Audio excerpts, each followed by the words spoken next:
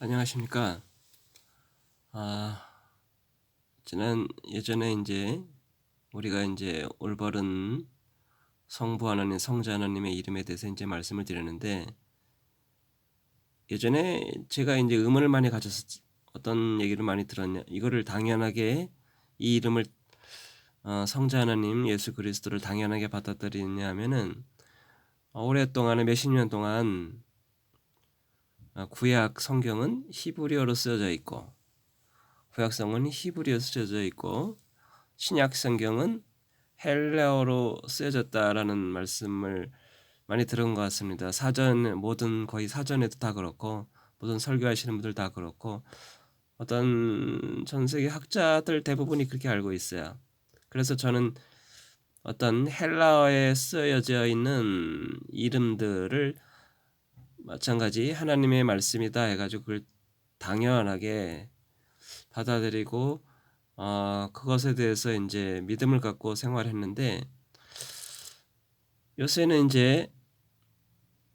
확인한 바에 의해 이 말씀 속에 이 마태복음이 결국은 히브리어로 쓰여졌다는 말씀들이 눈에 보이더라고요. 또 자, 마태복음 1장 1절에 이런 말씀이 나옵니다. 이 수신자가 유대인들이죠. 이건 킹제임스에 이렇게 나와 있는데, 대부분 요거는 통일되더라고요. 수신자가 유대인들이라는 거. 마태복음, 마가복음 이렇게 나가면서 어떤 그 성경 말씀 중에 하늘의 왕국으로 나오다가 마태복음에서는, 마가복음부터 하나님의 왕국이라든지 어떤 천국 표현을 그렇게 나오는데, 자, 1장 1절에 이런 말씀이 나와요. 아브라함의 자손이요 다윗의 자손이신 예수 그리스도의 세대에 대한 책이다. 근데 이 예수 그리스도는 헬라어에 이렇게 나와 있어요. 요거를 헬라어 성경이 이렇게 쓰여 있죠. 여기 보면은 예수 그리스도, 요게 예수 그리스도가 되는 거죠. 요거를 요렇게 번역을 한 거고, 우리 성경은 근데 히브리를 보면은 이렇게 쓰여 있어요. 예슈아 하마시아라고 쓰여 있죠.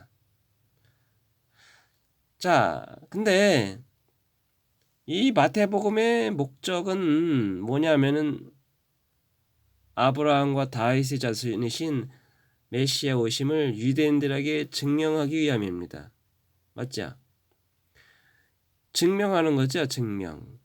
자, 유대인들은 자기 언어들, 그 당시 일단은 공용어가 보통 바벨론 포로 생활 이후에 고대 히브리어는 많이 힘들죠. 그 성경책 일부 제사장 그리고 성경학자들이 많이 고대 히브리어를 알았었는데 대부분의 대화체 히브리어를 썼다라고 하더라고요. 문헌 찾아보니까.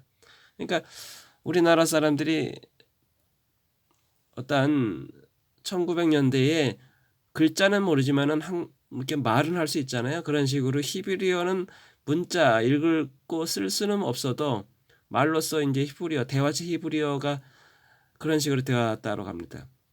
그리고 그 안에 아람어가 섞여 있고, 그리고 헬라어, 라틴어가 전체적으로 쓰였는데, 근데 히브리 사람들, 특히 유대인들이 쓴 언어는 히브리어라는 게 확인이 되더라고요. 왜냐하면은 그 당시 로마 아래에 있었지만은 헬라어가 서유럽 쪽의 어떤 공용어이지만은 이것이 어떤 외교 문서라든지 그런 데나 쓰였지, 유대인들끼리 이스라엘 안에서 쓰인 언어는 결과적으로 그 당시에서도 히브리어라는 게 확인이 되더라고요.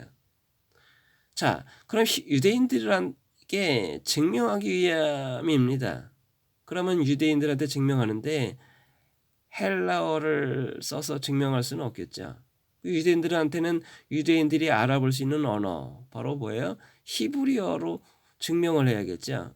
결과적으로 마태복음은 사본, 복사본, 번역본 이런 것은 헬라어는 나올 수 있어도 원본에서는 기본적으로 여기 왕의 계보라든지 왕의 계보 구약 시대 이름들이 상당히 많이 나오죠.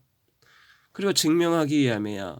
메시아 그 이름이 다윗의 자손 메시아 오심 그 메시아가 다윗의 자손이라는 걸 증명하기 위해서는 그대로 그 이름이 거의 같아야 되기 때문에 헬라어로 바꾸게 되면은 그 이름이 변질될 수 있고 상당히 유대인들은 특히나 다른 민족의 언어들에 대해서는 되게 낮게 보는 경향이 있고 자기들 히브리어를 상당히 높게 평가했기 때문에 유대인들한테 그리고 안진뱅이가 일어나고 그리고 눈먼 자가 눈을 뜨게 하고 그리고 죽은 자도 살리는 그런 기적을 봤는데도 믿음이 없는 사람들이 과연 헬라어를 써서 기록물로 남긴다고 이런 사람들이 믿을까라는 거죠. 결국은 유대인들한테 증명하기 위해서는 이 기록물 자체가 마태복음 이 말씀이 그 당시 멀리 퍼져 있는 유대인들한테 다 전달이 되기 위해서는 그 기록물로 전달되기 위해서는 그 사람들이 쓰는 히브리어로 썼다 하는 게 맞다라고 보는 거죠. 자, 그리고 여기 또 나와요. 나는 마태복음 15장 24절에 나는 이스라엘의 잃어버린 양들 외에는 다른 데로 보내어지지 아니하였노라. 자, 여기 말씀이 이방인들한테는 좀 섭섭한 얘기지만은 저같이 이스라엘이 수신자다라는 거죠. 유대인들이 수신자라는 것을 알 수 있죠. 이방인하고는 상관없다라는 얘기죠. 마태복음은. 좀 이방인한테는 섭섭한 얘기일 수 있지만은 수신자가 유대인이지요. 그럼 수신자가 유대인들인데 그 사람들이 대부분 쓰는 언어는 히브리어인데 히브리어와 아람어가 좀 섞여 있죠. 그 십자가에 매달리면서 엘리 라마 사막단은 아람어라고 하더라고요. 그래서 아람어가 섞인 히브리어를 썼다라는 주장이 있는데 결국은 대부분의 유대인들은 히브리어를 썼다라고 봤을 때 결국은 이 마태복음 말씀은 히브리어로 썼다라는 게 맞다라고 보는 거죠. 그러니까 헬라어는 나중에 번역본에서 나올 수 있어도 사실상 그 당시 하나님께서 준 이름은 바로 말씀은 위에 히브리어로 줬다라는 게 확인이 되는 거다라고 봅니다. 자, 여기에 이제 마태복음 10장 5절에 이런 말씀이에요. 너희는 이방인들의 길로도 들어가지 말고 사마리아 사람들이 어떤 도시로도 들어가지 말며 오직 이스라엘 집의 잃어버린 양들에게로 가라. 자, 이것을 보고도 바로 다른 데로 가는 게 아니죠. 이방인들에 들어가지 말라라고 합니다. 이 말씀 자체가. 이방인이 수신자가 아니죠. 정확하게. 오직 이스라엘 집을 잃어버린 양들에게로 가라. 결국은 마태복음 그 자체 수신자가 이방인들한테 진짜 섭섭한 얘기지만은 수신자가 이스라엘 유대인이죠. 당연히 수신자가 유대인이기 때문에 유대인에 한정되기 때문에 그 말씀은 마태복음 말씀은 하나님께서 주신 마태복음의 말씀은 바로 히브리어로 써야 된다라는 거죠. 자, 여기에 사도행전에 이런 말씀이 있어요. 21장 31절에 예전에 그 말씀을 그냥 지나갔는데 내가 들음에 이제 예수님이 사울한테 하는 말씀인데 내가 들음에 히브리 말로 이르시되 사울아 사울아 어찌하여 내가 나를 핍박하느냐라는 말씀이 있습니다. 자, 여기에 내가 들음에 뭐 이 말을 빼도 되지요. 근데 굳이 히브리 말로 말씀했다라는 말씀이 나옵니다. 예전에 저는 이거를 어떻게 했냐면은 사울이 이해할 수 있는 언어가 히브리 말이기 때문에 하나님께서는 모든 말을 할 수 있지만은 사울한테 들리게 알아들을 수 있게 히브리 말을 썼다라고 이해를 했었는데 다시 보니까 하나님께서 쓰신 말이 히브리 말이다라는 해석이 되더라고요. 이건 하나님 말씀은 히브리 말씀으로 말씀하셨다라는 거예요. 인간한테 주신 말씀이 히브리 말이다라는 걸로 이해가 되더라고요.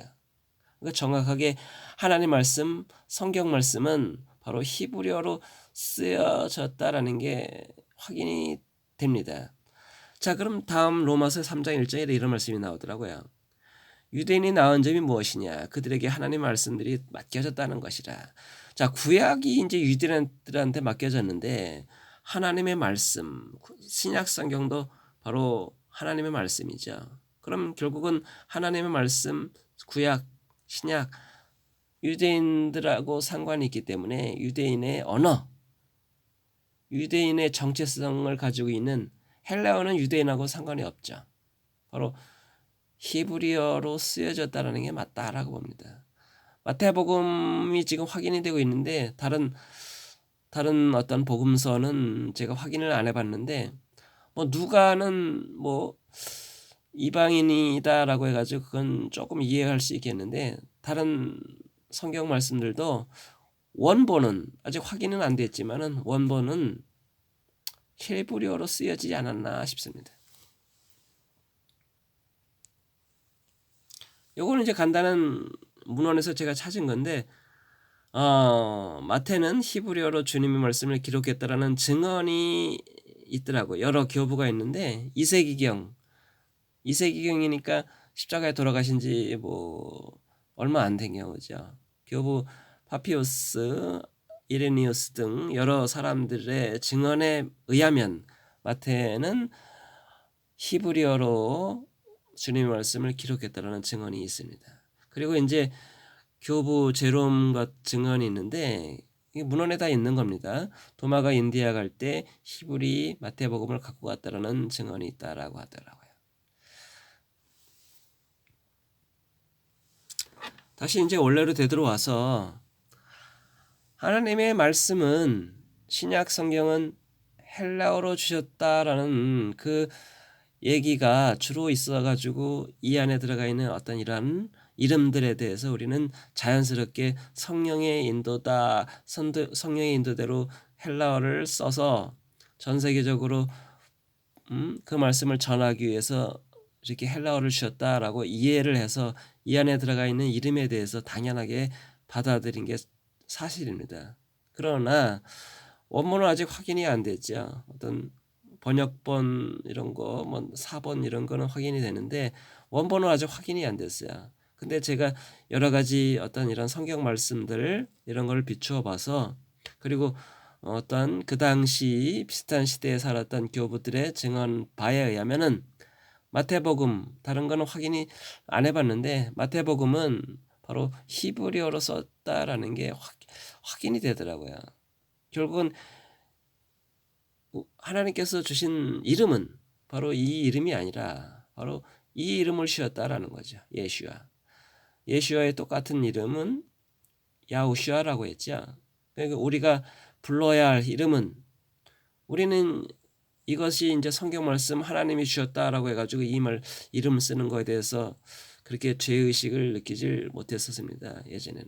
근데 제가 이 말씀들을 찾아보면서 상당히 우리는 제대로 알고 이름을 불러야 된다라는 거죠.